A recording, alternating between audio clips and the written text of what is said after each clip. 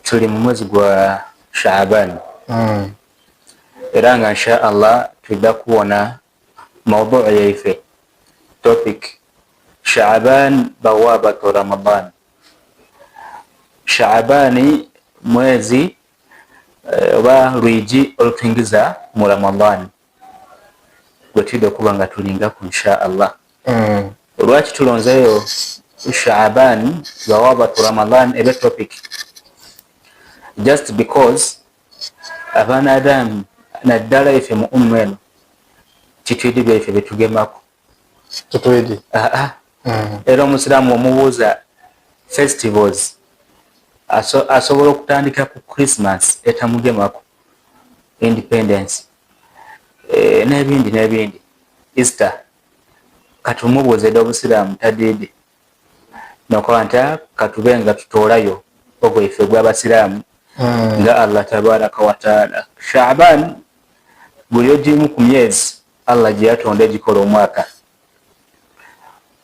Allah tabaraka wa taala mu Quran mu suratu Tauba sura ya 9 aya 36 yakoba inna iddata shuhuri inda Allah 12 shahran fi kitabillah yawma khalaqa as-samawati wal ard minha arba'atu hurum dhalika ad-din al-qayyim. Allah tabaraka wa taala kanti mazima yatonda emyezi egikola omwaka nga giri 12 nga mujjo mulimu ena nga gya mizizo omwanadamu gyalina okuba nga ategeera. Kati gino emyezi omwezi ogusooka tulinamu ogwa Muharram, January w'obusiraamu bagweta Muharram, taba ne Safar ogwo guba gwakubiri, tuna Rabiul Awwal gwakusatu, Rabiul Thani, Jamada al-Awwal wa Jamada al-Ula, Jamada Thani, taba ne Rajab bwe twayita akavaamu Rajab wetuva mu Rajabu twengera Shaaban. Kati Shaaban wetunamuvaamu nga tujja mu mwezi gwaba gwalwa buli omu gwayayanira ogwa Ramadan. Era nga tulina nakubunaku okwingira Ramadan. Kati wano tuli kweteekateeka tuva mu Ramadan twengera Shawwal, Dhul-Qaada, Dhul-Hajj. Kati myezi egyo mu ayere eya 36 wakitiibwa Allah tabaraka wa taala yakanti buli mwena gya mizizo, emyezi ena nga gya mizizo. Era yatulobera okweryazaamaanya n'okulyazaamaanya mu myezi egy'emizizo egyo. Mulimu mu Dhul-Qaada gwe-10, Dhul-Hajj December w'obusiraamu omwezi gwe-12, twaba n'omwezi gwa Muharram January, egyo giri esatu gigoberagana. Then ere waba omwezi gwa Rajabu ng'okomeka ogwo gwe twamazeeko ogw'omusanvu. Kati twaba n'omwezi gwa Shaaban. Aye Shaaban tali mu gino ena wabula ate yena alina enkizo ogwa Shaaban gwakomeka. Shaaban mwezi gwa 8, Ramadan gwa 9 mu kalenda yaife ey'obusiraamu hijiri ya kalenda. Tutandika okugibala oluvannyuma lw'amasenguka g'owaitu Muhammad sallallahu alaihi wasallama okuva eweebwe Makka okwira e Madina. Kati wakitiibwa Allah tabaraka wa taala yeida nga alaga season zino ed'obusiraamu ng'ali tulaga.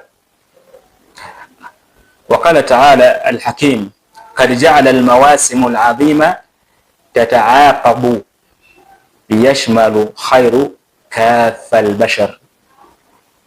Wakitiibwa Allah tabaraka wa taala yasitula era yatuwa seasons mu busiraamu nga buli season erina ekyendawulo kyerina ku liinaado. A'zamu hadhihi al-mawasim Ramadan shahru siyam, nga mudimu ku season Allah tabaraka wa taala gye yatuwa n'okuba nga yaleeta mu season eyo yatuwa Ramadan shahru siyam, nga Ramadani mwezi gwa kusiiba. Thumma ya'ti Shaaban, oluvannyuma yaleeta Shaaban idukira guno gwida lweryebere nebale gulegweda. Kitegeeza nti Shaaban yona festival yona season eryawo nga tukali kuyingira Ramadan. Kati tulina kuba nga tugikozesanga ife abasiraamu tusobole okuba nga tweteekerateekera okuba nga tuyingira mu Ramadan. Awo tukubeera etteeka ly'Oweekitiibwa Allah tabaraka wa taala mu Quran. Allah tabaraka wa taala yakoba wa atul buyuta min abwabiha. Wetuba tuyingira amayumba gaife tugengira min abwabiha nga tukozesa ndijeero. Okwingira eno mubita mu mulyango. Tunoonya kamooli. Tubita mu idinisa. Naam. Olina kunoonya ati kati tubise wano mu kuyingira. Era n'okufulumya era gulina kuba mulyango. Kati Shaaban bawabat Ramadan. Shaaban mulyango gutuyingiza mu Ramadan. Buli kyonaakola mu Ramadan anakikola bita mu Shaaban ng'okikola. N'amakulu agali awo ag'okungulu. Tunakola mu Ramadan. Olina kutangira mu Shaaban. Tandikira eno okikola. Okay. Kitegeeza nti Shaaban mwezi gwa preparations. Omuntu ng'ajja kusasuka yafuna wuzu. Kati wano nina ulcers. Linobera okusiiba simanyi biki awo pressure sukali wedandabe wano mu kaseera ke tulimu. Nga tukali kuguyingiramu. Bana batasala salatu layli. Tulina salatu tarawih. Eri kwida. Wano we tulina okuba nga tweteekerateekera tutandika okuba nga tubona ndifi kyekimala inaasobola okuba nga insala salatu tarawih, okusaddaaka, okuliisa bikaluba, zakatul fitr. Wano we tuli we tulina okuba nga tutandikira okubikola. Kyobona ife twalonze twakanta tukobe Shaaban bawabat Ramadan. Mwezi gwe tuli mu guno ogw'omunaana lwijjo luli kujja okutuyingiza mu mwezi ogwa Ramadan, mwezi ogw'omwenda. Kati era awo buli mwana Adamu ategeera amateeka n'ayenda ebirungi mu maaso ga Allah tabaraka wa taala n'agobera sunna dawishya Muhammad sallallahu alaihi wasallam ayina okuba nga afaayo ino okuba nga guno omwezi agukozesa. Kuba mujjo mu mwezi gino gye tulimu mu mwezi gwe tulimu gwa Shaaban gwona guli mu barakati. Guno gwa Shaaban? Yes. Guli mu baraka? Shaaban ono. Era nga awo tukubiriza abantu okukozesa barakati bye tulina mu guno omwezi. Kuba tulina nti a'zamu hadhihi al-mawasim Ramadan shahru siyam thumma ya'ti Shaaban wa huwa shahru mubaraka. Ngotwere kugula gwa Ramadan gwe tujja okuyingiramu. Omwezi ate gwe tulimu shahru mubaraka, mwezi gwa mikisa nga gwo guno gwe tulimu guno. Allah tabaraka kamala edirimu tetusaanire okuba nga tulingako bwe tuba nga twenda obulungi. La'allakum tuflihun. Buli ayenda kuwona this is the high time batandikira wano kuba mu kusiiba tunoonyamu ki tikutya Allah. Kutya Allah ya ayyuhalladhina amanu kutiba alaykumus siyam kama kutiba ala alladhina min qablikum la'allakum tattaqun. Tunoonyamu taqwa. Ayo tolibwa bugo kuva kuncho wakati yayina taqwa nti nze nina taqwa ehina preparations gayo n'amateeka gayo ekyabulina okuba ng'ekolebwa. Era waliwo hadithi yocha Muhammad sallallahu alaihi wasallam eyogera ku fadlu Shaaban ngeva ku Imam Ahmad mu musnadi ogwa Imam Ahmadi eri mu sunan Abu Dawuda nedindi eva ku Asma eva ku Usama ibn Zaid radiyallahu anhuma babu zawjati Muhammad sallallahu alaihi wasallam yakuban lam araka tasumu min shuhuri ma tasumu min Shaaban. Owangaiwe mubaka Muhammad sallallahu alaihi wasallam ngati tukubona nga kungosiiba nga bwosiibye mwezi guno gwa Shaaban. Buli anasiiba kawuliriza nabbi bwe yatukanga mwezi gwa Shaaban yayongeramu ng'adabolinga okusiiba kwe guno gwe tulimu guli mu kaseera kano. Ngira tibabonanga ku nsiiba ya Nabi Muhammad sallallahu alaihi wasallam jasinga kuba so perfect kwegamba jasinga kuba nga atakuina isira nga mwezi gwa Shaaban. Usama bin Zaid ya Rasulullah ngati tukubonanga ku ngosiiba ino ng'otaayo ebiseera n'ebirowoozo nga bw'otaayo omwezi ogwo gwa Shaaban. Kitegeeza ki nti yali nkola ya Aisha Muhammad sallallahu alaihi wasallam okusiiba ino omwezi gwaki ogwa Shaaban. Kati nabbi waabwe yakikola ffe tulina kukola ki? Kuba wa ma yantiqu anil hawa in huwa illa wahyu yuha. Eza kye yakola nakwogera oba ki okutolaku ng'akikoze ku lwa bubaka. Tiyabikolanga because mwana ali ku kyenda no, yakikolanga because bubaka obwamutumwa. Ekyo kye baamutuma okuba ng'akola. Kati yabanga kati alikikola kitegeeza nti ffenna abagoberezi be tuba tuli bakwendebwa Allah tabaraka wa taala yakuba fattabi'uni, tugobere Muhammad sallallahu alaihi wasallam kye yakolanga. Qala nabiyyu sallallahu alaihi wasallam dhalika shahru yaghfuru an-nas anhu bayna Rajab wa Ramadan wa huwa shahru turfa'u fihi al-a'mal ila Allah fa ahibbu an yarfa'a amali wa ana sa'im. Sallallahu alaihi wasallam yakoba nti ogwono omwezi oguli wagati wa Rajab ni Shaaban nga mu mwezi ogwo Allah tabaraka wa taala yaghfiru an-nas anhu baina Rajab wa Ramadan. Allah tabaraka wa taala asonyiwa abantu amazambi gaibwe mu mwezi ogwo gwa Shaaban. Mazambi agali wagati wa Rajab ni Ramadan olikabona mu birungi kubiri mu guno omwezi Allah kusonyiwa amazambi go agali wagati awo kitegeeza ga mwezi mulamba nga kusonyiwa amazambi. Allah yasonyiwa amazambi gaawo. Allahu akbar. Kati ate ekyo kitono Allah ya Nabi Yakuba wa huwa shahr turfa'u fihi al-a'mal ila Allah, n'omwezi Allah tabaraka wa ta'ala gwasituliramu emirimu gy'abaana Adamu gyatuuka gyati gwa Shaaban. Emirimu gijja ewa Allah kyakubiri mu kigambo kusitula n'amadaala gatemu mulimu gye bagisitula amadaala mu mwezi gwa Shaaban. Kati wo bw'olinda ki mwezi guno kuba nga kwegamba weteekateeka. Fa ahabbu an yarfa'a amali wa ana sa'im, yakala nti kyanendesa naaba nga nendalina emirimu gyange gisituke gije mu maaso ga Allah tabaraka wa ta'ala wa ana sa'im, nga nsiibye. Lwaki nga nsiibye? Kubanga as-sawmu junna, okusiiba ngabo. Ekiyingiriza omwana Adamu okuba kukyakola ekibi kusiiba because asiibye. Ekyokubiri mu hadith al-Qudsi Allah yakoba as-sawmu li, ekisibo kya Allah era empeera yakyo Allah nagisasula. Kati obona otya nga otuuse mu maaso ga Allah tabaraka wa taala ng'akusitwira amadaala ng'osiibye emirimu gyonna gyonna ng'omulimu ogukulemberere kusiiba kwe yakoba nti kukwe era naakusasula. Malayika tidinde okusiiba biki ebirimu kidi nti wasala essala madala bina musanvu wasaire Makka Madina twakuwa wajja ku Baitul Maqdis twategera nti gyonna ediriwo. Kidi nti omuntu singa nga asaddaaka kino kyafuna kino. Buli ibada edisinga diriku era tugidi nkya onakoze umra bajja musasula mbati, onakoze hajji bajja kumusasula bati, bajja kumusangula ku kinyonyi kino. Naye ekisibo kyo ekisibo yakyesigaliza Allah tabaraka wa taala.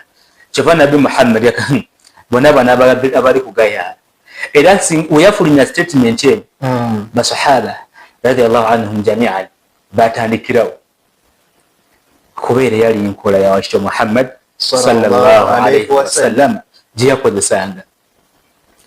Tafakkaru fi asbab al-ghaflati an Sha'ban. Kakati abaana Adamu balina ensonga edibaviireko okubanga omwezi guno gwa Sha'ban tibe baliko. Era wobuuza omwana Adamu ali kubanga afaayo ku Ramadan gwali kulowooza aye nga guno tagufiireko. Era abasinga bongi begira manzaali. Yes. Era kuba kankola ebyema kisibo kikali kutuuka. Ni mu mwezi gwa Dhul Hajj baidiyo olunaku luti actually enaku ibiri yaumul Arafa ne yaumul Eid al-Adhiya. Ate yaumul Eid baidinga idi kali kusaliwa. wamala okusala nga batambula abaana imaamu ali mu khutuba nga bo batambula eyo nsobi kati mudimu ku nsonga ediviiraku ekyo butamana aljahal abawalimu tulinga abatakoze kimala kusomesa abaana Adamu kiki kyebasaanire kuba nga bakola mu kaseera kano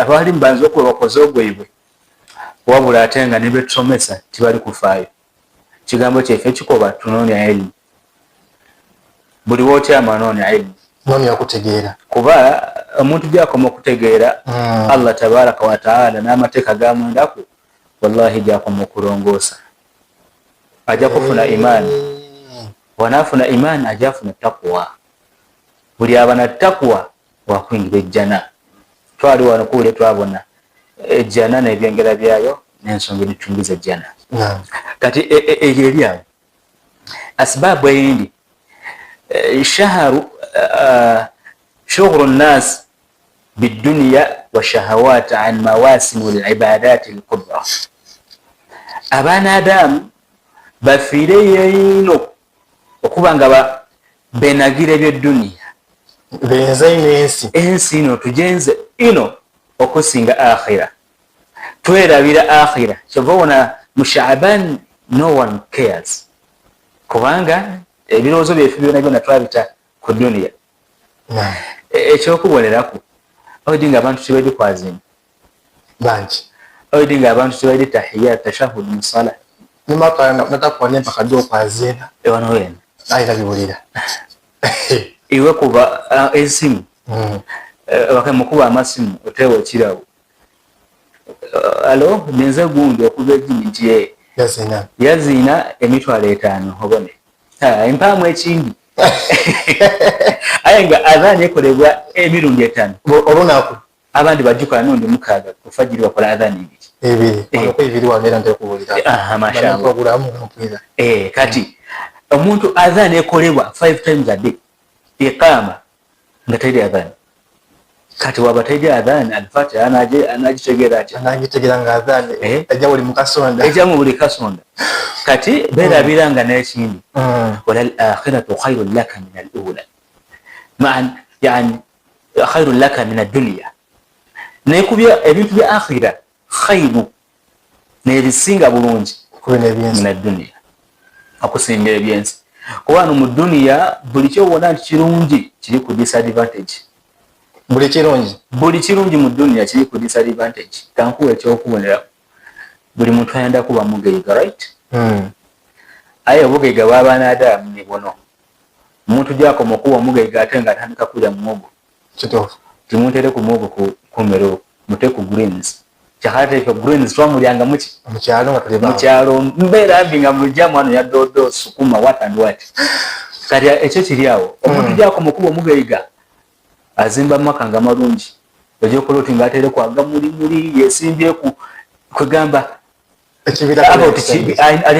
alina kibira waka emiti gyona gyona yataawo kale tikiba kyalo mu kyalo gye twaba n'ebyo kalungi kyakali awo mu bugaiga oluvaawo pressure sukaali simanye brusela ali alina enyama kale lidakiika 3 wajazakallahu khairan kakati tubeere tumaze okubona ensonga eviiraku abaana Adamu okuba nga baagayaavu esoose tuboine ng'ebiri kuba obutamana okuba nga tibaidi tituyidi kigemagana ku byo titufiireyo kunoonya ilmu ate nga kabenje kuba onaabaawo otya nga twedi ddiini yo ya busiraamu ojja kukolamu eki ekyokubiri bantu kuba nga edduniya ebatwire beerabira nti edduniya ebatwire baleka ebirungi kuba wakishe Muhammad sallallahu alaihi wasallam yakoba man sama yawman fi sabilillah baada Allah wajhahu 'anil nar 70 kharifa hadith muttafaq alayhi bajabita kwa man imam Bukhari ni Muslim kati aka man sama yawman omuntu akera kuncho yasiba just a day olunaku fi sabilillah ngokusiba kwali kusiba kulwa Allah tabaraka wa taala baada Allah wajhahu 'anil nar 70 kharifa Allah tabaraka wa taala yasambisa ekyeni ky'omwana Adamu oyo omuliro. Ekyeni kye nga tekijja kulinga mu muliro, yani tajja kuyingira muliro 70 khalifa, emyaka 7. Emyaka 7 nga twingire muliro ojja kuyingirirawo. Nga twingire muliro emyaka 7. Kati awo ekibuuzo kya anaaguyingirirawo. Wazira. Kati bakitegeeza tulina kuba nga tukola ki? Twefaako ng'abaana Adamu, tutuuke mu maaso ga Allah nga twasiiba, tusobole okuba nga tuwona. Sababu thani, ensonga ey'okubiri, wuku'u shahri baina shahrayn adhimayn Rajab wa Ramadan fala ya'rifu an-nasa fadalahu. Obumu ku bukulu obuli wagati obw'emyezi ebiri obwa Rajab ne Sha'aban abantu tibabwedi, kyokka nga nowali ensibuko, nowali target omwana Adamu gy'alina okuba ng'akozesa okutagetinga omwezi ogwa Ramadan. Nakukobyera nti wano abanajja mu kisaawe okuzaana omupiira basooka kweteekateeka era n'ebisaawe babiteekateeka. Ima babona ku mipiira gy'abazungu bakwana training emala basooka bayuwirira ekisaawe mu maadi. Kyabanga omuntu nuwaagwa tikijja kumukosa ino. Abavubuka abo basooka beera mu kisaawe bazaanazaana muku, batuyana muku n'ekisaawe okuba nga bakitegeera bakifuna. Wano wenkola nti wano kiri kiti, wano kiri kiti. Mujja okuyingira mu kisaawe nga eringa neutral ground. Lwaki mwena weere tiicha imwe aye mukibairemu mwakifiiringa. Kati ni wano abaana Adamu fena we tubanga tuli. Huwa mawsimu lil ajuri kabirati wal ghufrani al wasi' wa ma'a dhalik yajhalahu aktharu an-nas. Eno ni season elimu abundance forgiveness. Allah tabaraka wa taala nga okusoniwa obusoniwe kwegamba he doesn't care. Season ya kusoniwa already twatudingire iyo kusoniwa nga tukaina kufuna abantu bine hadithi nti nafu obanfu gye batukantira Ramadan yetekulwamu emiteeko 3. Hadithi eyo. Kati wano osiibye Allah akukolere ki? Akusoniwa, akusaasira, akuwa empeera. Kati yona tuliwa tuli mu season, tuyingire season, but abantu abasinga titufiireeyo era titwidirwaki tulina okuba nga tukikola ekintu ekyo. So n'ekigambo kyaife ekikulu eri abalituwuliza bakeere baife abalungi, omwezi gwe tulimu gwa Sha'aban tugukozese insha Allah tusobole okuba nga tukungula bye tujja okuba nga tukola mu mwezi gwa Ramadan.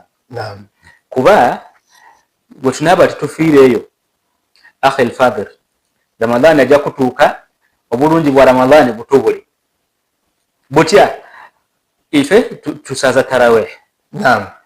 Aye gye tusaza tarawih kinenamiza nti abantu betusinga okusaza tarawih baana bato batubeerera okusinga, aye nga balina bababa baibwe baidombera okusinga abakulu bulungi ino. Kale ate n'abakazi era n'abakazi abakazi nga basada lwaki bakyala bano baida? Because abakyala bano balina darusu, balina durusu ed'endawulo gye batyamamu baada salatul jumaa. Tolobona bajja ku jumaa bavaayo saamu 10. Amira Hajati Sara, Amira wa Jinja Central, omukyalo oyo Hajati Husna n'abandi. Kati bo baba ne durusu edo abantu abakyala abamu ebyokusoma babizirako. Kyova wona basomesa obulungi bwa tarawih ng'abasaala tibaide bulungi bwa tarawih byazira kwida kusala ngezaidi kukwire mulala. Kyokka abaana bali kwida tibibagema naku myaka 7 kutuuka wansi baida kuzaana idokera tubanitirawo ku muzikiti mu kisiibe emizikiti egisinga mukusebula okukaawa abaana bali apira kana tubeeku wano paka abanagolera abasiraamu. Era nze emizikiti egy'endawulo tugibona. Kyokka nga kyandibeere nti muzeeyi niwo ogema ku mwana kidda tuje tusaale ki tarawih. Kale ate omwana naaliyo muzeeyi azirayo. Omuzaire bakubamba baba mukuyiriba kabenje oyiribe emyezi 18 guno mwezi guweeyo kuba kati tarawe enaku dino tulina eddakiika ntono, dakika 3 abakuuta ino wanawa era ake12 nga mubikuye wali kuba n'abantu n'obwire mu Ramadani abamu babiziraku balowooza nti byabawalimu aye kiva kuki butamana then nakuba nga tibabeere na preparations bo preparations de bakola kunoonya akasawo ka muceere akataawo ke bajja okulya mu Ramadani akaboogi bandi mama fuso akasawo kaako ak'omuceere sukaali wuuyo bando buno bugi yakante kisibo kiweire basiiba nga tibasaala na kusaala. Allahu akbar. Aye singa nga baali bafuna preparations eno n'aba wali mutwe abasomesa ekituufu mu kaseera kano akhi bandibeere nga beesimba. Allah tabaraka wa taala yatulobera okuba nga tu neglectinga ife beene mu Quran mu surat Nur Allah yakoba la taghfulu an anfusikum mutegayalirira bana mu mwezi gwe mulimu mutagayala mukole kimusaanire okukola mweteeketeeke mujja okutuuka walenga bakanta yago ngaibwe seti wajimalaira set on your marks nga wabimala olinda wakabawo kukuba wakuba mu ngalo ngaiwe fubutuka misiri nga we settingaira abasigere bakwagana ng'oli kuyira kati Allah akobye bana mutagayala omwezi gwe bajja okusitulamu ebirungi kati rafa'u fihi amal ila Allah wa hadha fadlun khasa bishahri Sha'ban au dinga emirimu gyaife bajja gitwala wa Allah mu mwezi gwa Sha'ban kati webanga bajja mwezi gwa Sha'ban ate iwe olinda kyokukola kikwangu nisanga abantu bakalema bala bakalemeireyo abantu bakaha tamwegenda n'ebyayo abantu bakali mu bwenzi kati ate Ramadani wetuuka batukamwide mutuwowe abantu bawa mu Ramadani bangi ino era kati bangi bamala budget dafuluma Sheikh Mujatu wa Ramadani bakolera nteekateeka so lwaki tikati kambuze kuseeka kikiriza omuntu kwa n'omukazi nga timune biseera ekisibo kyonka kibaademera amateeka gakola mu Ramadani gakola ni baada Ramadani kabla Ramadani gakola before and after yes forever era abantu abafana kuwacho Nabi Muhammad sallallahu yakoba nabaga yasinza omwezi gwa Ramadani kyamuna soko golole ku wakaira banatero basibula ebe bulana ku binta kati anti omwezi gwengire ja kuwaka yatanga kai kwira ku bikomando chapati kuyidi kwene muna yidi yancho ilo ofumbe nga mweta nga omukazi akaida kati ofunye mu kisibo kuba ekisibo kino kyaja tuli kucharginga imani na takwa je tujja kukozesa omwaka omulamba kati tukalina kuweza inaku actually hours tukalina kutivamu onako kadusiri tulikutuna yidi yancho bayaduzi kati wona omwezi wabu nabone ngaiwa mukanti muna kuyidi kwene kuncho wona wano kati abo akoze mu kyao obo mazo okoza twanika mwita obukala mwino kigeza nti tokyajinze batu je bakyajinze info ekitali kituufu kuba twandibeerenge ekituufu kinti nga bw'okyajinga esimu esigalako omuliro gwakozesaaku akaseera edimu balina batu enaku 3 aba enaku 7 kati fena tuba tukikukyajinga kyajinga imani ekutwalirizaako Allah akusonyiwa amazambi Allah amaze okusonyiwa amazambi akusaasiire oba oliawo otolebwa mu bantu b'omu jahannam bakuta mu bantu b'omu jana ate mwene kabiri waiza iwe wakati enze ntuli konda kaire oluvaawo nga bakukuba kibooko mu jahannam ngate kakandi Allah takoza ati tanenda tulina okuba nga twefa ku beene otunaba nga twefiire ku beene akhi tulijja kuba twesiima kale edakiika